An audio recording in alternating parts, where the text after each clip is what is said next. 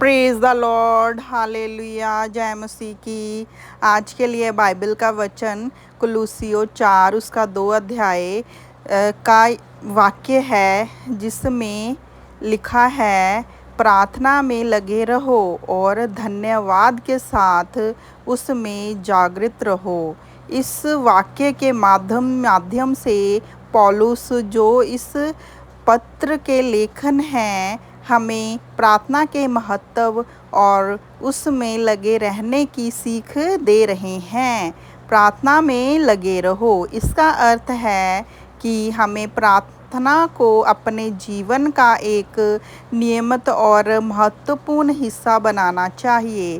प्रार्थना सिर्फ एक औपचारिकता नहीं है जिससे हम केवल आवश्यकता पड़ने पर करें, बल्कि यह हमें और परमेश्वर के बीच की एक सतहवर्ता होनी चाहिए। जब हम कहते हैं प्रार्थना में लगे रहो, इसका तात्पर्य यह है कि हमें नियंत्रण और नियमित रूप से प्रार्थना करनी चाहिए, चाहे हमारी परिस्थितियां कैसी भी हों। प्रार्थना के द्वारा हम परमेश्वर के साथ अपने संबंधों को मजबूत कर सकते हैं। यह हमें अपने दैनिक जीवन में मार्गदर्शन प्राप्त करने के लिए ज़रूरी है। अपनी समस्याओं का समाधान पाने और अपने दिल की गहराई से परमेश्वर के साथ संवाद करने का अवसर देता है। धन्यवाद के साथ प्रार्थना करते समय धन्यवाद देना भी उतना ही महत्वपूर्ण है। धन्यवाद के साथ प्रार्थना करने का मतलब यह है कि इन सभी चीज़ों के लिए परमेश्वर का आभार प्रकट करें जो उसने हमारे जीवन में की हैं, चाहे वह छोटी छोटी खुशियां हो या बड़ी बड़ी उपलब्धियां। हमें सभी के लिए परमेश्वर का धन्यवाद करना चाहिए।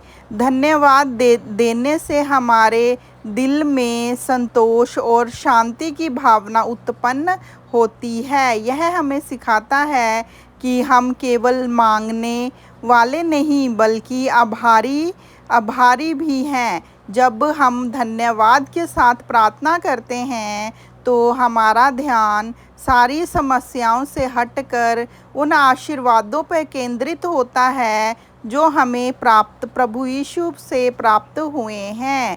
यह दृष्टिकोण हमें सकारात्मक और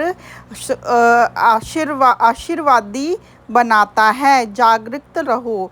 प्रार्थना में जागृत रहने का अर्थ है कि हमें सतर्क और सचेत रहना चाहिए। इसका मतलब यह नहीं है कि हमें शारीरिक रूप से जागृत रहना है, बल्कि इसका मतलब यह है कि हमें आत्मिक रूप से भी सतर्क रहना है। हमें प्रार्थना करते समय ध्यान केंद्रित करना चाहिए और अपने मन को भटकने से रोक देना चाहिए। जागरूक रहने से हम अपनी प्रार्थनाओं में ईमानदारी और सच्चाई बनाए रख सकते हैं। यह हमें हमारी प्रार्थना का अनुशासन बनाए रखने में मदद करता है। जब हम प्रार्थना में जागरूक रहते हैं और हम परमेश्वर की आवाज़ सुन सकते हैं और उसकी इच्छाओं को समझ सकते हैं। इस वाक्य में पौलुस हमें यह सिखाते हैं कि प्रार्थना हमारे जीवन का एक बहुत ही ज़रूरी हिस्सा होना चाहिए। इसमें हमें नियमित रूप से लगे रहना चाहिए ताकि हम परमेश्वर के साथ अपने संबंधों को मजबूत कर सकें।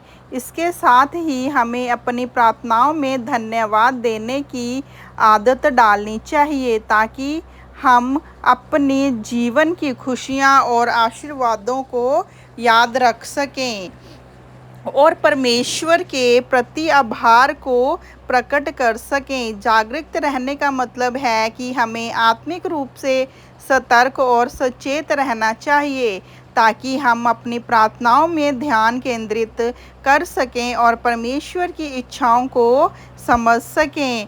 इस प्रकार कुलुस्सियों 4 उसके 2 अध्याय में हमें सिखाता है कि प्रार्थना को एक नियमित, ईमानदारी और धन्यवादपूर्ण आदत बनाना चाहिए।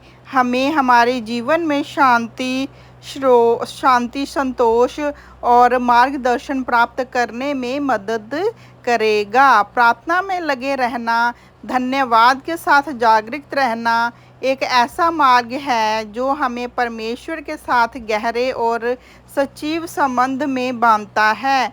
यह हमें न केवल हमारी समस्याओं का समाधान देता है, बल्कि हमें जीवन की हर स्थिति में परमेश्वर की उपस्थिति का अनुभव करने की क्षमता भी प्रदान करता है। आइए हम आज के वचन के लिए प्रभु यीशु मसीह के नाम से मांगते हैं। आमीन।